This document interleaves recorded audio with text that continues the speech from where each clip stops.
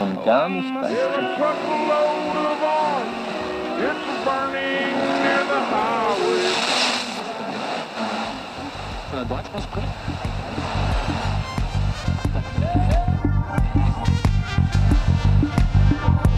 Welcome to Art Slice, a palatable serving of art history. I'm Stephanie Duenas. And I'm Russell Shoemaker. Stephanie, how's it going? You look happy. You look smiley. Yeah. All right. Who are we talking about today? I would love to tell you, Russell, but first, I would like to show you some images. I don't like this. Why not? Well, usually this is my time to kind of disarm the listener, so to speak. You know, I'd be like, oh, like a Jasper Johns painting, I'm fainting. Or, oh, a demon reindeer in Machu Picchu. This is Russell's theater time? Yeah, no, it's time. No, it's not even theater. It's time for the listener to relax, to realize they're not just in an art history lecture. They're part of it. They're vibing with us. They're here with us. They're in this studio. They're in these chilly lights above us. But it's okay. It's okay. I won't do a bit to start the show. Let's just go ahead. Let's run with your thing. Run with my thing. Let's run with your thing. Okay, listeners, these images that I'm about to show Russell will be up on our Insta at ArtSlicePod. Or at our website, artslicepod.com. And I have a feeling, listeners, Stephanie has a little glimmer in her eye, so I think there's probably going to be a lot of images. It looks like a heavy presentation she's got here. Is that a compliment? I took a peek at the slide count, okay? A little bit concerned. Okay, I'm going to show you two images, and I want you to guess who they're by. Okay. Okay. Let's take a look at them. So in the first image, we are looking at a cassette tape sized image. I would say, I don't know the size, but it looks like it could fit a cassette tape within it. The dimensions may fit a cassette tape. Yeah. Okay. So I'm thinking maybe this is a band of some sorts. Maybe this is like a cool band cover. It's a house. It's a hardwood floor house. It's an interior? Yeah, an interior of a house. Thank you. Everything is painted green. It looks beautiful. It looks like it's out of a Pharaoh and Ball catalog or something. Are you sure it's all painted green, or is it just the light casting a green glow on everything? I thought you wanted me to describe this. Oh, okay. I'll shut up. This is my interpretation. All right, this is Russell time. You already took away Russell time once. You can take it away again? Equally. Okay. But then there are some disembodied eyes just floating. And in each room, there are about 3 rooms. Only one of the rooms has a door on it. And these eyes are also green. They're floating. They're not attached to anything. They look like they could be coming out of the wall. I don't know. There are 2 cyborg-looking moth creatures. They look like they have crystalline wings. They're very beautiful. They're flying towards this candle, of course, like a moth to a flame, as they say. This is an album cover. All right, this is a cassette album cover, like I used to listen to in my old Subaru, which had the cassette player, which is awesome because you'd listen to one side, flip it over, next side. Can't skip songs. You got to hear the whole thing. It's great. I would think this would be like a druggy, reverby, psychedelic, I don't know, ambient band that's experimenting with dubstep. You know, they'd be called like the lichen panties or something. Is it lichen or lichen? I don't know. Okay. I think it's lichen. Lichen panties? Yeah. The green stuff that grows on trees and rocks. Yeah. Ew. Yeah. Poor hygiene. That's the reaction I would want, but that's the kind of band that, would be named that. Okay. All right, what's next? Here we go. Wow. Yes. Wow. Yes. Tell us. Okay, so this is another cassette cover, obviously. This is sludge metal band, right? What it's is sludge? Dungeons and Drag. Oh, you don't know sludge metal, girl? No. Okay, I'll show you some sludge metal. It's not my favorite. Oh, no, I'm good. I just wanted you to tell me about it. It's not my favorite, but I know what it is. It's like a man dancing, but he's floating, and he's got some interesting, it's not quite like mummy apparel. Think about dressing up as a mummy for Halloween. It's more ornate than that. It's woven really intricately, but it's that mummy wrap. And behind him, is a castle with a beautiful arch, and there are some interesting geometric looking rocks or shrubs or something. Maybe I don't know. But more importantly, there are porcupine quills literally all over the ground, and the man who's dancing seems to be projecting porcupine quills from his body or attracting them. He seems to be maybe he's Porcupine Man from Porcupine Planet. The porcupine quills are not flat; they're sticking straight up. Right? Yeah. They're sticking out of the earth. So it's possible this man isn't dancing. No, he's definitely dancing. Oh, he's dancing. Yeah. Okay. That's like what's that movie where they pour the water on the Flash dance? Yeah, it's a flash dance. He's doing the flash dance. And so this is a band cover. Well, like I said, it's a sludgecore band, maybe with dual vocalists. And I'm going to say they're called the Las Vegas Swan Spit Fever. Wow. You thought of that on the spot? Yeah. Wow. Listeners, kids. Kids or children listening? They shouldn't be listening. Listeners, if you want me to name your band, I'll do it. $5. Send your demo. I need you to break down the name of this band for me, please. What do you mean? It's nonsensical. Oh. Sludge metal. See, I wouldn't know that. Yeah. I'm not cool. You just got to get with it then. Yeah. Okay. Get on Bandcamp. What are you doing? Okay. So, who are they? I'm going to guess Magritte. Magritte was an illustrator. I could see him doing some No, this is album covers. This is too cool. Okay. Actually. Who is it? Big reveal. I'm surprised that you really don't know. Okay. They are by Maria de los Remedios, Alicia, Rodrigo, Varo, y Uranga. You're not tricking me this time. Okay. You tricked me last time. Made me think it was the Orange Girl. Who's the Orange Girl? It's Remedios Varo. Orange Girl? Yeah. Why? No, Why orange? Naharana. Naranja? Naranja. Thank you. That's not the same as Uranga. No. No. Hey, I got pretty far in Silly. Duolingo. What? We just talked about Remedios Varo just like an episode ago. Yeah. Okay. What about it? Don't you think it's a little bit too soon? This is my show. All right. You can cut that. Please, no. I don't know. She's great. What can I say? If you recall, and we'll refresh you listeners on her story a little bit. We are catching up with her as she arrives in Mexico City in 1941, and she finds a city full of socialists and communists in exile, just like her. So Varo has left the war behind. She can settle down now. She can let her hair down. She can spread her roots. Just like that little circular system plant she had in that painting we talked about. Yes. The roots finally found their way outside of that labyrinthian hellscape. So in that work that we discussed of hers last time, the main figure was trying to nurture this little plant, and we equated it to Varo maybe trying to be creative in war-torn Europe, and it was impossible because she was being interrupted by a disturbing presence. So now she's in Mexico. She can relax now, right? And finally paint. So she said about making work in Mexico, quote, "For me, it was impossible to paint among such anxiety. In this country, I have found the tranquility that I have always searched for," end quote. So she can breathe a sigh of relief and get creative, right?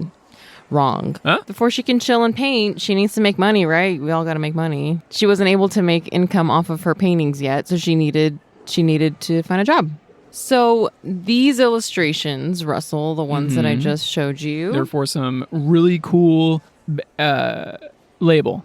No. So they're not cassette covers. Actually, what they were, and you're not going to believe this, they were illustrations for pharmaceutical brochures. Yeah, I don't believe you. For Casa Bayer. For Bayer. Bayer. The aspirin company. Wait, what? These are pharmaceutical ads? Thank you. In the 40s? They needed drugs back then, too. What would you think if you saw, if you went to Target and you need your ibuprofen and then you see a guy getting stabbed by porcupine quills? I mean, that's the one I'm buying for sure. Oh my God. But no, you know what I'm thinking? I don't think this was for the average person. I think these are brochures for wholesale. I'm still confused because I don't know if I saw this. No, you as the customer are going to see it. The person who buys the drugs for Target is going to see it. That person. Okay.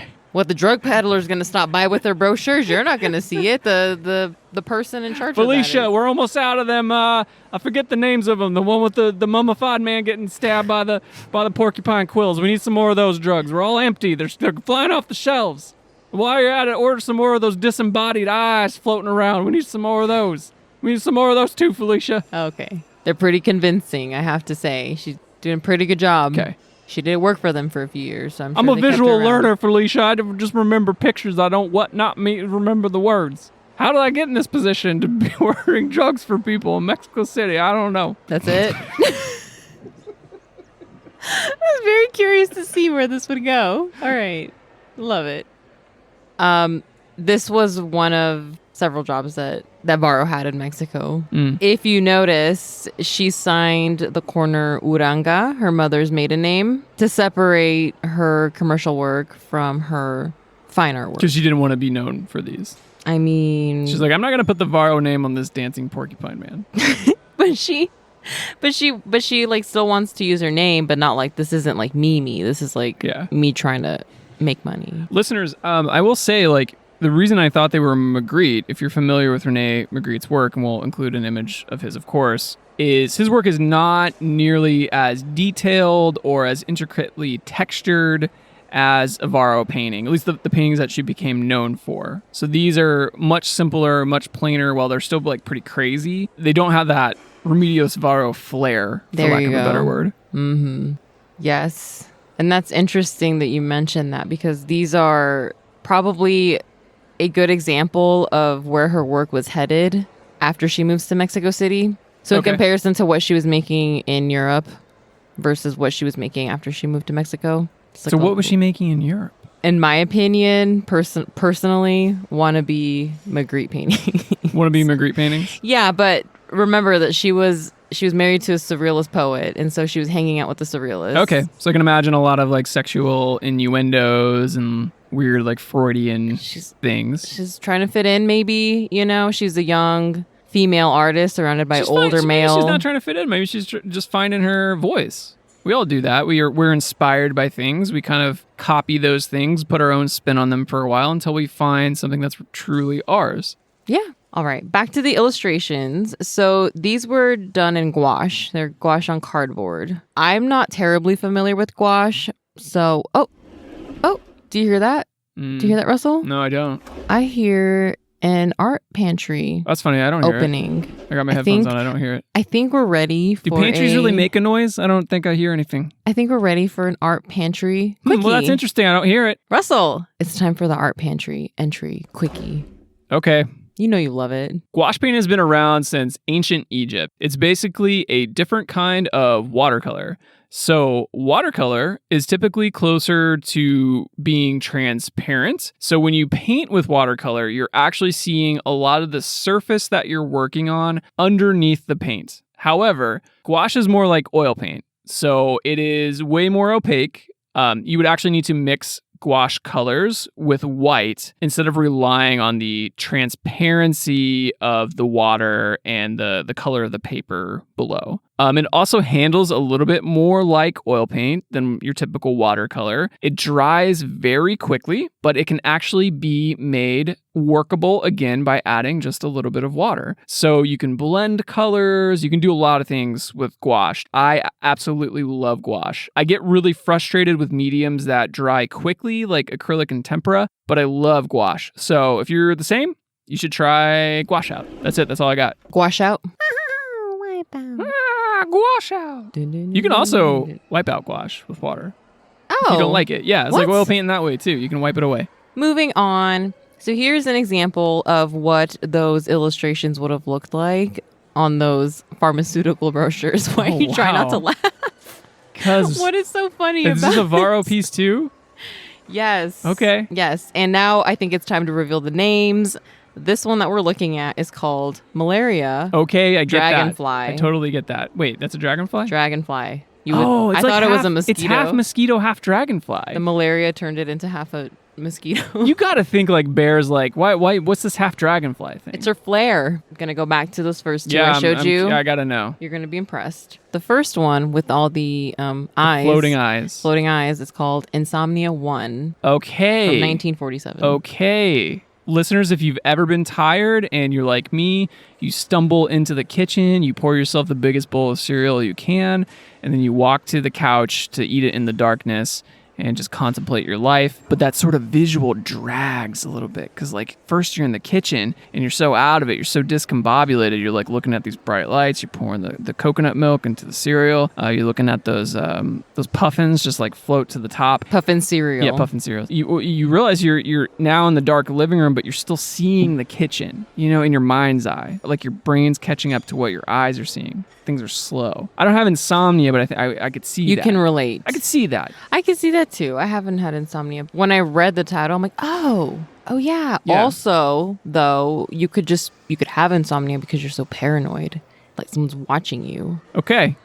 That's a creepy way to take it. I don't know if I'm going to be able to sleep tonight. Thank Maybe you very your much. anxiety is watching you, you Okay. know? So the second illustration, Porcupine Man, I think we named it. Yeah, Porcupine Man. For us. Porcupine Planet. Okay, well. Porcupine Planet? Yeah, he's like a lesser-known Marvel superhero comic. Oh, jeez. Okay. All right. This is actually called Rheumatic Pain 2, number 2. I don't know what that is. I think it's just like nerve pain. Too much dancing. Like I think of like arthritis, I think is what it is, right? So it's just like it's in you. Yeah. Like in your bones, maybe. I don't know. Doesn't matter. I don't think I need to know what it is. I'm looking at this image and I'm just like, that looks excruciating. Yeah. Good thing I have Bayer though. Good thing I can get my hands on some Bayer. Which is probably just like cocaine and a little bit of sugar back then.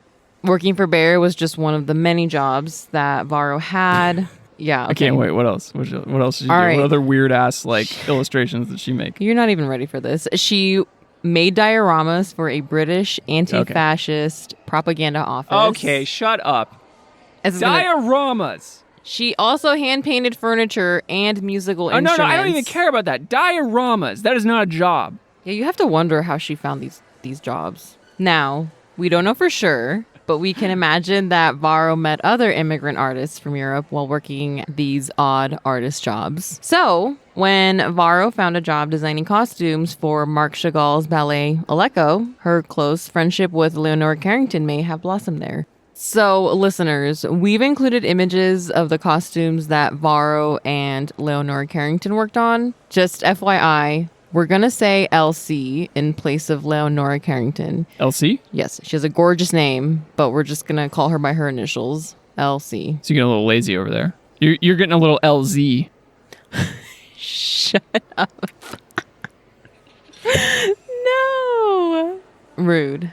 Back to the costumes. They are an interesting mix of stylistic mark making mixed with what looks like printed images and glittery, heavily saturated fabric. They're gorgeous. If you look closely... Do look a little dirty, though. I'm wondering if that's just the age of them. Yeah, they age. Okay. Fabric ages like that, yeah. If you look closely, you can see a bit of Varo and Elsie's artistic hand in these works. So they worked on these together. Yeah. You can almost see it, right? You can see Varo and Elsie toiling away, making these long into the afternoon, past the warm daylight and into the chillier evening. They finish up their work. They're happy that they've worked enough to keep food on the table.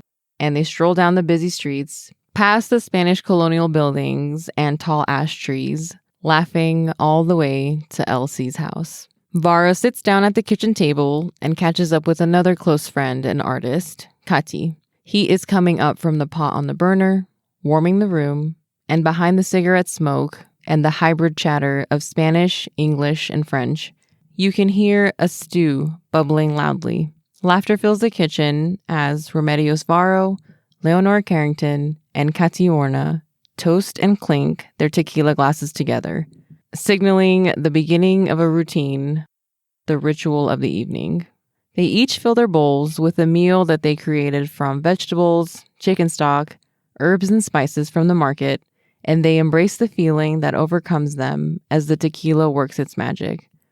In Elsie's kitchen, transformation is welcome, through the making of a meal or the effects of spirits that temporarily transforms its drinker. Mexico City welcomed these three, and so many others, with open arms. Just years ago, their lives were each torn apart by the war. Each woman shows scars from their journey up to this point. But here, they are able to live to their full potential in this new and fruitful environment, just like the empowered figures and subjects in their works.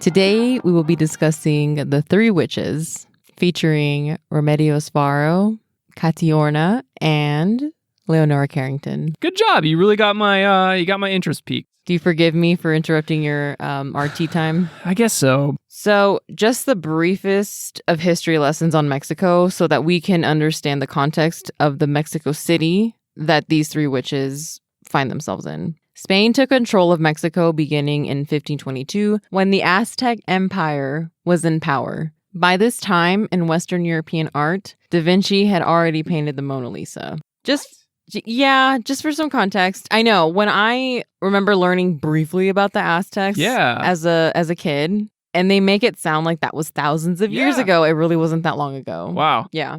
So 300 years later, Mexico successfully fought for its freedom and went through a series of messy, violent changes as they try to figure out how to rule themselves. They fought off a French colonization attempt, a recolonization attempt by Spain. Like you do. Yeah. And eventually, after a revolution, they decided to go in a more socialist direction. Sounds like my kind of party. Mexico, after 300 years, after everything they've been through, they are ready to make positive social changes for its people and for its government. Hell yeah. Sounds like they're learning from their past. Yeah. What a novel idea. Novel idea. So, post-revolution Mexico was looking to distinguish itself from its Spanish colonial past. So Mexican artists look back at their pre-Columbian history. So think of the Olmec, the Maya, and the Aztecs, just to name a few. And now they're looking at their post-colonization reality. Much of the work made included indigenous themes that were still heavily influenced by European art style. It's kind of a fusion. That's what happens with colonization. Yeah, that makes sense. I mean, especially if it's like 300 years of colonization. Yeah. The now left-minded government supported these artists by commissioning murals for public buildings that emphasized Mexico as it was now, rather than focusing on European themes. So celebrating their history and celebrating their future. Reminding people what Mexico was, what it is, how it changed. And how it's gonna be. What it's gonna be like. It's aspirational. Yeah. When Mexico opened its doors to thousands of European World War II refugees, artists, especially leftist artists like Varo, Elsie, and Kati Horna, who already held anti-fascist, anti-Franco views, would have found Mexico to be very appealing. Mexico began a rich history of welcoming those who were politically persecuted. Like Trotsky, and even today, they're taking people like Assange. It also had the benefit of stimulating the economy, I think, right? Yes, that's true. Mexico was still recovering from decades of war and also adding to the already rich arts culture they now prided themselves on. So the U.S., on the other hand, it probably wouldn't have appealed to Remedios Varo. Or any of them. Or any of the three, because the U.S. had a pretty well-known anti-communist leaning, still does. And it also lacked the European influence that, recently decolonized Mexico had, I assume. Because, two of them are from Spain, right? Exactly. While the three witches haven't met yet, they are still on the same journey from war-torn Europe to Mexico. They've all experienced some incredible trauma, either before their journey or on their journey. And I believe it's one of the reasons they eventually find comfort in their incredible friendship. Numero uno. Witch number one. As a refresher, Varo was born in Spain. She was raised in a well-educated family. Her father was a hydraulic engineer, and his job kept the family moving around a lot, all over Spain and even into North Africa. But he did teach her how to draw, technically speaking. He was able to show her basically how to draw architecture and all of that fun stuff, which definitely shows up in her work. She attended Catholic school as a young girl, and she absolutely hated it. Her mother was a devout Catholic, and she tried to instill her beliefs into young Varo, and Varo just wasn't having it. So she was expelled maybe once or twice. So at the age of 15, she was at the time one of only a few females who were allowed to attend Escuela de Bellas Artes, art school. She was 15 at the time. Yeah. Dali also went there, and he also got kicked out. Just fun fact. Anyway, so she went there, and she excelled. In 1936, in Barcelona, she meets Benjamin Pare, who will become her second husband, and he is a French surrealist poet. Shortly after they meet, the Spanish Civil War breaks out. So she and Pare flee to Paris, their political sympathies putting them in danger. Communists. They were soon absorbed into the activities of the surrealist movement there. He was part of the group, right? So she was exhibiting with them, and Varo was one of the few female artists acknowledged by the Surrealists. It was a real boys' club. In Paris, Varo lived in poverty. She was working odd jobs, and she even had to forge paintings in order to get by. What? I didn't know this. Yeah. That's crazy. A lot of artists actually did that. Yeah. Well, also just like a reminder that she came from a wealthy family, but she chose to live her life this way. No trust fund. No trust fund. The Spanish Civil War broke out, and now World War II is slowly encroaching on them in Paris. Perret was an outspoken communist, and he was actually arrested a few times for being a communist. Varo was now in great danger for her connection to Perret and being her husband and all that. Being married and all. Being married to a communist and all that. So because of that, and also her left-wing Republican views on the Spanish Civil War, she could not go back to Spain. If she was deported back to Spain, she would have been executed. And if she stayed in Paris, she would have probably ended up in an internment camp. Not a lot of good options there. No. So she was foreign, and she was a leftist, and she was an artist. And a woman. Trifecta. And a woman. So trifecta, we don't know. Okay, we don't know. So anyway, she was arrested at some point. Oh. Yeah, scary and traumatizing. But eventually, in 1941, she and Perret managed to escape to Mexico. Wow. Yeah.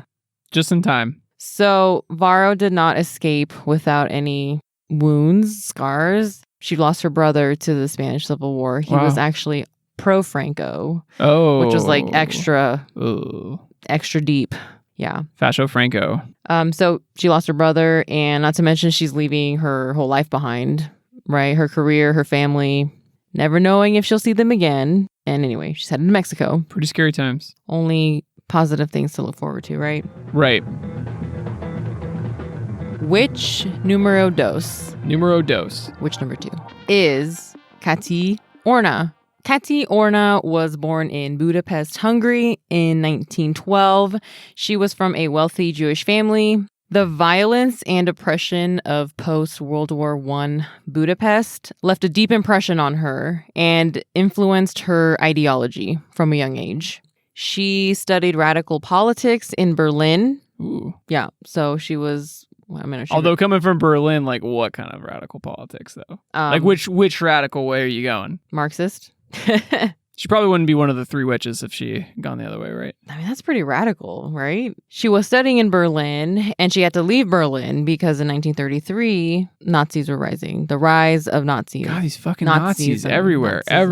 And she's Jewish, so she's like, I'm going to go. Bye. So she goes back to Budapest, and she learns photography there. She just learns it. She trains for 3 months under the well-known photographer Joseph Pexi. She's a natural, just picking it up in 3 months. Kind of, though. Yeah. Because she moves to Paris a few months later, where her photography career takes off. Okay. Yes. And that radical politic education stays with her, mind you. She didn't leave it in Berlin. So she goes to Paris, and she's making it. Okay. She's still struggling. She also came from a wealthy family, and she chose to live independently, even if that meant making less. Another lady turning down her trust fund. Yeah, it's pretty awesome. She was making choices that were far from conventional for young women at the time, right? And shortly after the Spanish Civil War broke out. The same Spanish Civil War that took Varo's brother? Yes. That he fought in. On the bad side. Yes. Okay. The one that disrupted Varo's life. And they didn't know each other before this? Okay, so the 3 witches, they knew of each other. I was going to say it's like one of those movies where they keep crossing paths, but they never meet. Ships in the night? Yeah. Probably. They knew of each other. I don't think they ever met. Spanish Civil War breaks out, and she moves to Spain. Okay, she goes to the war. She's so everyone else is leaving the war. Yeah, she goes to the war. I gotta go with my camera. She does. With her camera. Okay. She wants to use her skills and her talents to help out with the war. Right. So she goes to Spain, and she gets a job working at a anarchist magazine journal. Oh, that's very cool. Yeah, she is for the Spanish anarchists. So she's like, I want to help with the cause. So listeners. Political quickie. kind of like art, I think politics can be kind of confusing and intimidating. There's a lot of scary words out there and we don't really know what they mean. Yeah, and they mean different things to different people. And that is basically anarchy. Most of the listeners know what socialism is or what fascism is. Anarchy, however, it kind of walks with socialism from time to time. They hold hands. But then it also it's like a love-hate relationship, right? Oh, shoot. Anarchy opposes all authority by force. It does not like hierarchical rules, basically. And the emphasis of anarchy is on the autonomy of yourself or of small communities. Anarchists oppose governmental control, basically, whereas socialists just want people to control the government. And anarchists think that, well, you don't even need the government, you just need the people. Wow. There are a million different types of anarchies. I won't even get into it. Right, like communism and socialism. Right, yeah, There's different exactly. shades There's of it. all different sort of shades of it. One that's really interesting if you want to look into it are the Catholic anarchists. I used to live next to a Catholic anarchist, and that was really fascinating. That's how I learned about it. Excuse me? Yeah, it's cool. What? Look it up. It's really interesting. But you could see how anarchists would not like Franco at all. There was also a lot of other cool things. They were actually female-led militias. Basically, it would be right up Kati's alley, I would think. That's awesome. Yeah. Wow. Did not know any of that. And that's your politicky quickie. Yay. Thanks for that. So she's helping to produce propaganda in support of the cause, and she's also collaborating with said influential anarchist periodicals. We will have an image of one of those. Yeah, these are really cool. She meets Man, these girls are badasses. Yes, also she is a graphic editor at these magazines. Well, Okay. she's doing a ton of stuff for the war, okay? So she meets her future husband here, Jose Horna, who is also a painter and a sculptor. The war brings them together. Super romantic. All right, so she is technically a war photographer. She's photographing the war. But are there any women doing this right now? Yes, actually. Oh, really? Yeah, Okay. Yeah, it's pretty awesome. But she is known for her choice in subject. So yes, she's photographing the war, but she's not photographing the front lines like you would imagine. She's actually photographing the people left behind. That included old people, mothers, wives, children. Some stunning photographs. Yes, absolutely. There's not a lot left over, right? There's only a lot of her work was from that lost. time was lost during the war. Yeah. So she was taking photos of the people in their town. So they're in line for rations, or there's a funeral of someone they've lost, and she was considered visionary for the subject matter, which it absolutely is. You never think about the people left behind in that way. And on that note, she also photographed patients at a mental institution. This was a series of hers after this, but I just think it goes to show what kind of subject she's interested in. By choosing this subject matter, she's capturing the effects of the war on the people that we don't think about, right? These people are getting shot at. You always just think of the war. You don't really think of the people that it affects. Right. These people are worrying, or they're grieving, or they're starving. That's a lot. So I remember watching a bit of Desert Storm when I was really, really young. When it was on TV. I think it was one of the first super televised wars. And I just finished listening to Blowback, which is an incredible series. And it never dawned on me to think of that bombing is so historically, I feel like I've seen the images of the U.S. bombing Baghdad so many times, but you don't ever think about there's just fucking people in those buildings. Right. Can you imagine right now we're podcasting, there's bombs going off? Right. It's reminding us of the humanity. Right. So she's well ahead of her time, even to some extent today. I'm kind of left without words because she's in her early 20s. She's left her family behind. She's gone to the war. So, like Varo, Kati's husband was arrested by fascist Franco's goons in 1938. Second appearance. Fash Franco? No, it sounds like he's fashionable, which he probably wasn't. No offense. But wait, total offense. Who cares? Who gives a fuck? He's got that fash. So eventually he is freed. He was arrested because, anarchy. Well, he's working at an anarchist magazine. Yeah. Fascist Franco, not gonna like anarchy magazines. He was not a subscriber. Nope. That is so badass. I'm sorry, I He have to prefers say. the funny pages. What? Yeah. Franco, big Garfield fan. He had the little suction cup Garfield in the window. Oh my gosh. Says, I hate Mondays. Get out of here. I believed you for 1 second because I'm not gullible. No, it's true. Okay. They escape to Paris. Because you'll be safe in Paris, of course. Wrong, because also World War II is happening. Remember that. So the Nazis are slowly taking over. So even in Paris, they are still being harassed by, if it's not the French officials, then it's the Gestapo, the Nazi police, because they are both foreign, they are anarchists, and they are artists. And not to mention that Katy is Jewish. There's a lot of checks against you in the Nazi fascism world. On to which numero tres? Which number 3 is Leonora Carrington? LC. Elsie was born... I'm about to start rapping. Elsie was born in 1917 to a wealthy family in northern England. I say wealthy because... So all of these girls came from wealthy families. The Carringtons, though, they were like new money. New money. New money. They're not getting invited to the country club if they're new money. They were invited to the country club. No, not my country club. Yep. Only old money in my country club. Old money and then just brand new money. Like just happened. Super fresh. Yeah, super fresh. Out fresh. the oven. But only so we can make fun of them. Oh, like hazing them? Yeah. Anyway, her father was an English textile manufacturer. That's where the money came from. So Elsie was homeschooled until she was 11. She was educated by governesses, Okay. tutors, and nuns. Okay. Eventually she did. Quite a collection. Yes. Eventually she did go to school. She went to convent school. She was very rebellious and she got kicked out Just like Varo. of a school or two. Yeah. It's very, I can attest to this. I went to Catholic school. Oh, yeah? Years. Yes. I felt repressed. Did you? Yeah. I was always in the principal's office. Ask me Why? what? Why? Exactly.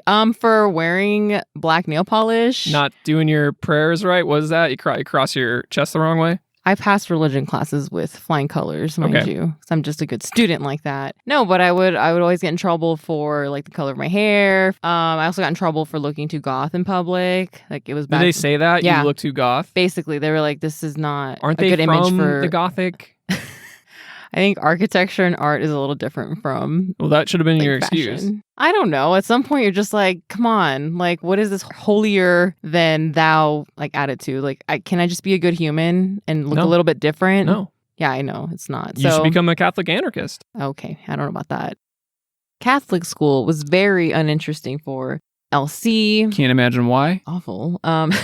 So she got kicked out of school and her parents are just like, what? What can we do? What can we do, Elsie? And she's like, I want to take art courses. That kind of explains why maybe she was a little bit different. Yeah. You know?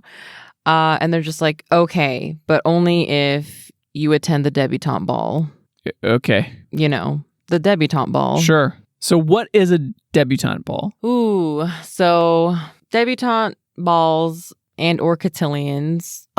It's a decadent gathering for rich people to introduce their children to society. Oh, to sure, the other sure. rich Of course, families. of course, I'm just of really course, going to of break this course. down for you. I've been to. They- Okay, no, I got it. I've been to plenty of those. Okay, Okay, but proceed so the listeners they know. great. Okay, that's good. Remember the listeners. It is where in high society, and see, I don't even know if I'm using the right lingo because Yeah. it's just such a foreign In the world new to new me. money, not in the old money, which I'm a part of. Because if there was a debutante ball in the old, They still happen, by the way. But anyway, so it's basically a lot of families that have money are all part of like country clubs and like you know societies and stuff, and they want to introduce their young to society. So they get them all dressed up and dolled up. They teach them like etiquette and how to dance and stuff. And so okay, then they go to this ball. They all gather in one place and they all dance and they have dinner and you get to mingle and possibly meet a suitable bachelor okay, to then be betrothed to. sounds horrible. Using a lot of words that I'm not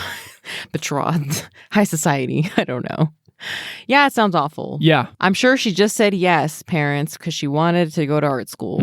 So she did. She said, sure. and then that went smoothly, and that was that, and that's why you brought it up. You know, that's not how it went. Okay, I'm a little worried. Before we get there, before we get to that part, though, she does go to an art academy in Florence, Okay, Italy, and she's there for about a year. Cool. She's soaking up the masterpieces, the Italian culture, you know, all that fun stuff. eating Gusta pizza. Probably, honestly, that. So Elsie goes back to England after she finishes up her schooling in Florence, and she receives her first book on surrealism from her mother. There was books on surrealism there were back books. then. Yep. But it just came out. It was super fresh. Yes, this is 1936. What, are they printing them themselves on like... I'm just saying, give it some time so we can digest it. You don't need to be like printing books right... Anyway, go ahead. That was a sweet gesture of her mother because she was actually supportive of her art career, whereas her dad was like, no, only debutante balls for you, young lady. So anyway, yeah, so she's back in England and she's going to head to London for this debutante ball we've just been talking about God. for like ever. All right, just get to it. What's going to happen? Is she going to pour a bucket of paint on somebody? What's she going to do? Are you ready for this? What? She reads a book. Okay. At the ball. So she shows up, all dressed up, long gloves past the elbows, and she's reading a book. Okay. Not very proper for a woman of her age. Okay. I don't think she cared. All right. So anyway, she hated it. She had brought a book to read, and of course, her parents were furious. And she actually They were furious about the book? They were furious that she brought a book to the debutante ball. Oh, because they're like, all right, you go to art school, we'll let you go to the debutante ball or whatever. It's a trade-off. And she held up technically held up her end of the bargain. You didn't say I couldn't have a book, Mom.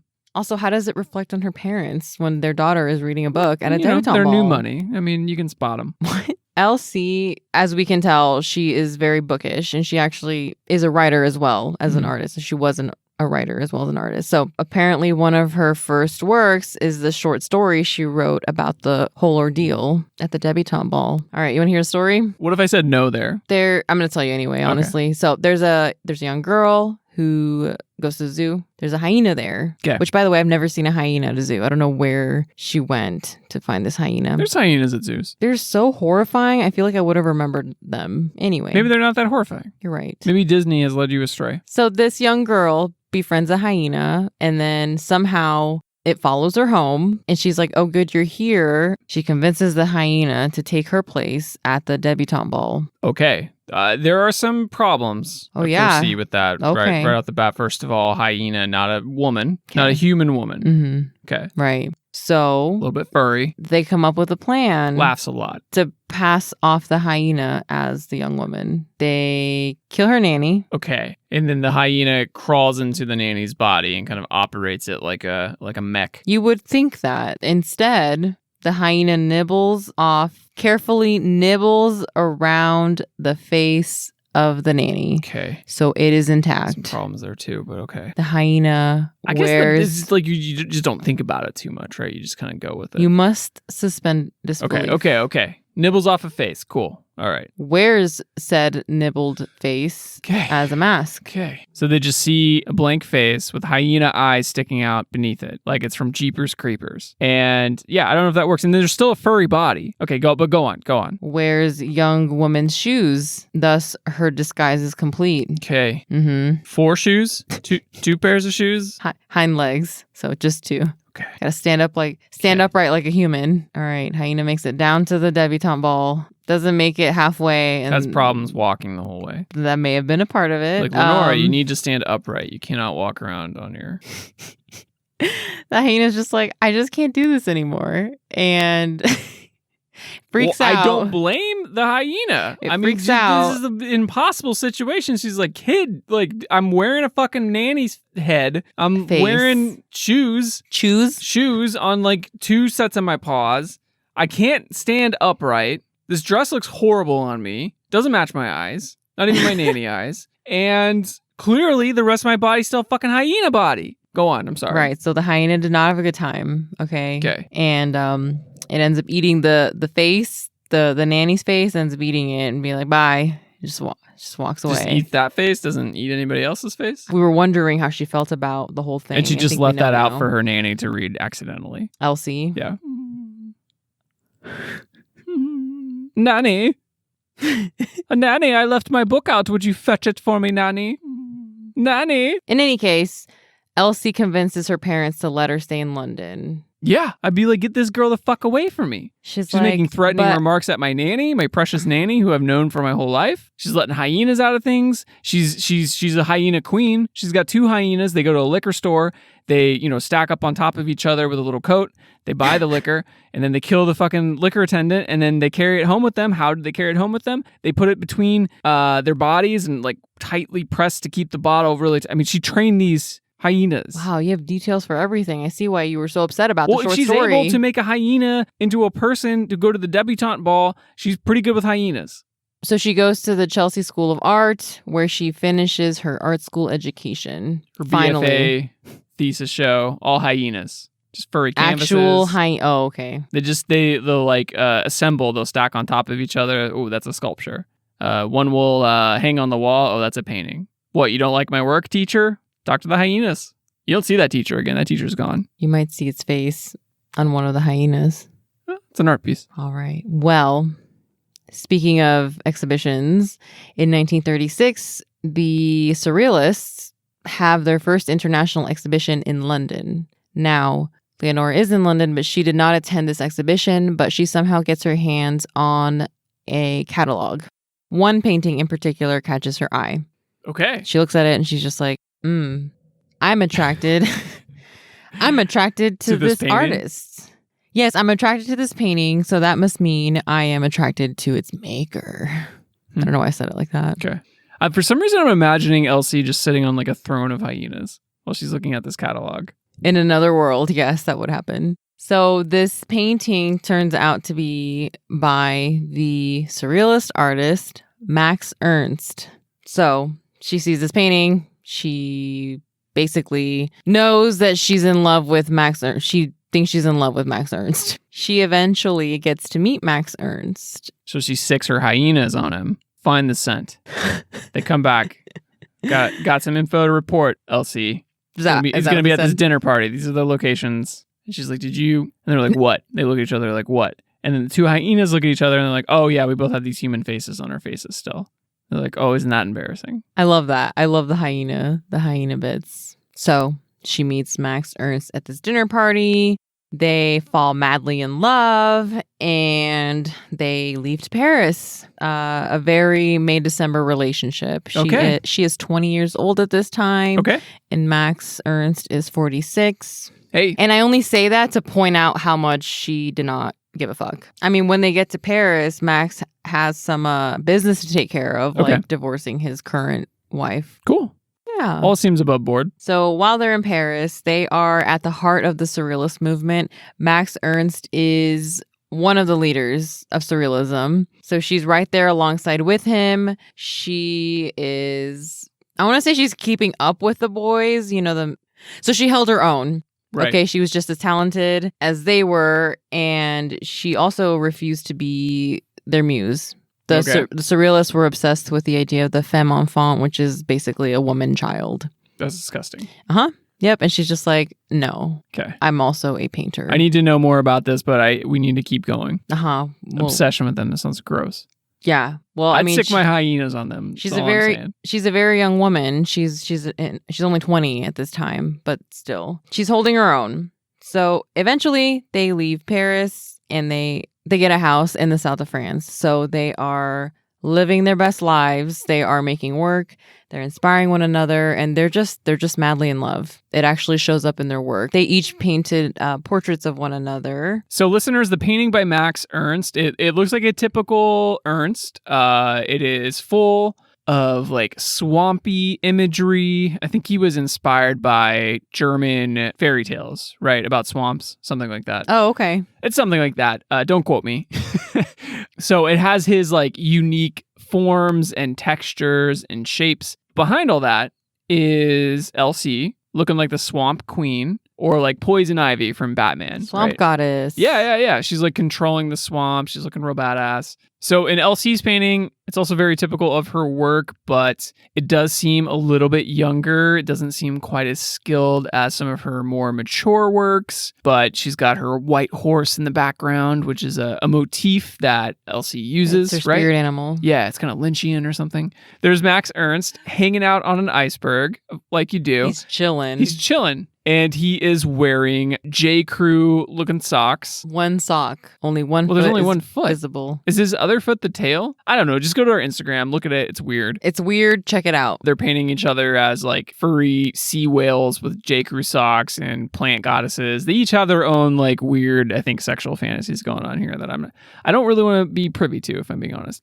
So the honeymoon is over. It's 1939. The Nazis are taking over France. French officials arrest Max Ernst because they're paranoid, basically. Okay. They arrested him for being a hostile alien. He was eventually released after a few weeks. You would think that would be it, but no, then the Nazis come in. The Gestapo arrest him. Okay.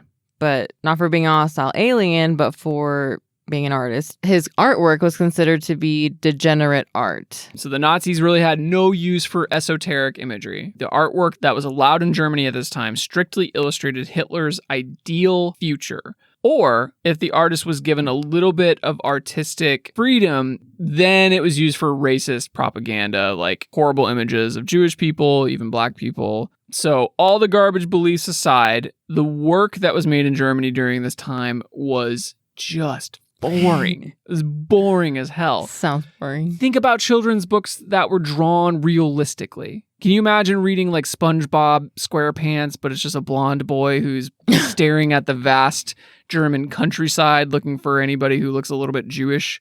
Like that was a children's book. Oh my God. Yeah, that was a children's book. And Max Ernst actually fought in World War I for the Germans. He left that lifestyle to become an artist. Really? Yeah, so they could have also thought of him as a defector Traitor. Of sorts. Wow, the betrayal. He's arrested a second time, and this is just horribly traumatizing for LC. So doesn't know she's ever going to see him again, doesn't know if he's going to survive, or what's going to happen to her for that matter. The Nazis are closing in, so she panics. She sells their house and she leaves for Spain with another friend. They got to get out of there, right? They got to get out of France. They get to Madrid and she runs to the British embassy for help. Now, mind you, she's already traumatized from what has happened with Max, so slowly her mental state is worsening.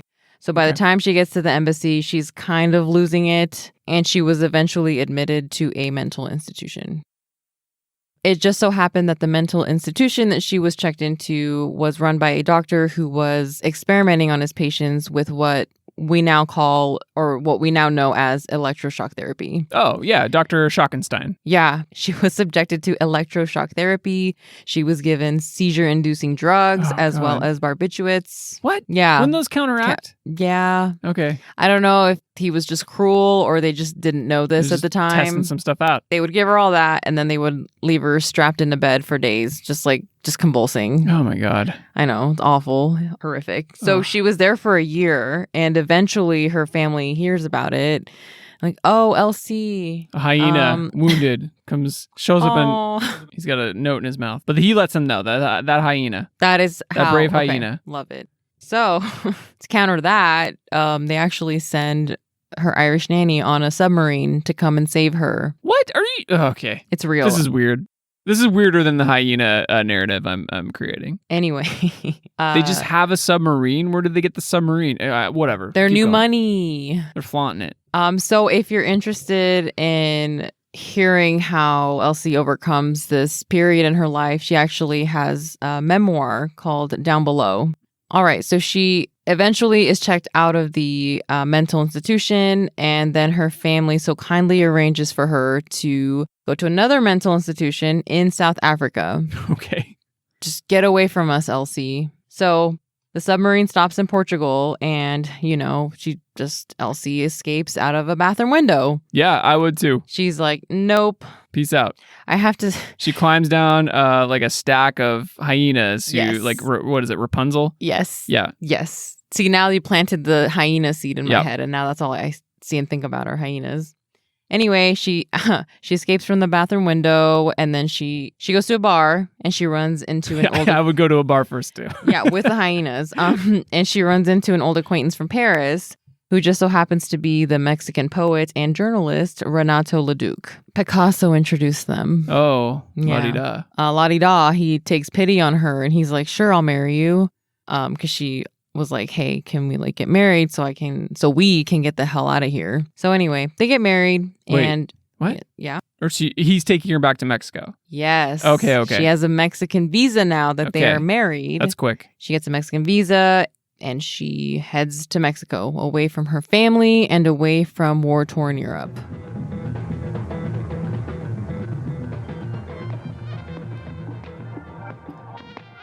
Varo, Kati, and Elsie all received an unorthodox education. They supported themselves, and they thrived in a male-dominated world, including the art world. As we will see, they reclaimed traditionally feminine and oppressive spaces like the kitchen or the home by transforming it into a place of power. They did this by learning how to juggle art making with domestic responsibilities, by painting with one hand and making dinner with the other. Or camera. Yeah. Although back in the day, I don't know how that would have worked. It's not like she had an iPhone or like a digital. She's got one strong arm to hold that heavy camera very steadily. It's a very strong arm. Well, both arms got to be, because if you're going to hold a baby in one or hold a pot or I think you're bowl. overthinking this. You need a third arm for that. Oh, I'm overthinking it. Or a hyena who was trained. Oh, with an apron? Yeah. Oh, that's cute. All three women's lives, loves, and careers were disrupted, and they would find themselves displaced in a new country again. But this time it would be different. It would be called home. Extraordinary trauma is what brought them together as friends, and why we have found them drinking tequila at this kitchen table. They had the ability to transform pain into strength, and with open minds, they embraced the mysteries of the world around them. It's why they were nicknamed the Three Witches by those who knew them. Ooh. Yeah. Caught your attention. Yeah. I'm on the edge of my seat. All right. Well, you were going to have to wait for part 2. No. Oh, come on. You what? knew this was coming. I didn't know this was coming. All right. Well, surprise. You have something to look forward to. Listeners, if you're enjoying the show, please, please, please leave us a review, A written review on Apple Podcasts or whatever platform you use. Apple's usually the best one to get us higher in the rankings because so many different platforms use Apple. Very confusing stuff we're still learning about, but we would really appreciate it. In fact, we love all the reviews we've gotten so far. Thank you so much. Thank you. They really brighten us up. They make our day. Have full-time jobs, of course, and we do this on the side, and it's a lot of work. It's a lot of work, actually. We didn't think it was going to be this much work, but it's actually a lot of work. Oh, my God. So thanks so much, and please keep doing it. In fact, we have something special to give to people who are leaving reviews. And Written reviews, yes. And we will talk about that next episode once we have the product in our hands. So stay tuned for that as tuned. well. Stay tuned. Stay tuned. And if you have something to say, feel free to leave us a comment on our Instagram or our Twitter. But if not, you can email us at artslicepod@gmail.com. Yes. So we would love to hear what you thought about this episode, what you thought about previous episodes, and especially what you thought about some of the work that we've talked about so far. So let us know what your critique is. Let us know what you liked or didn't like about those pieces. All right. We will see you next week, listeners. Thanks so much. And no, your kid couldn't have painted that. But your hyena, you got enough of them together? Maybe. Maybe. All right. Bye. Bye.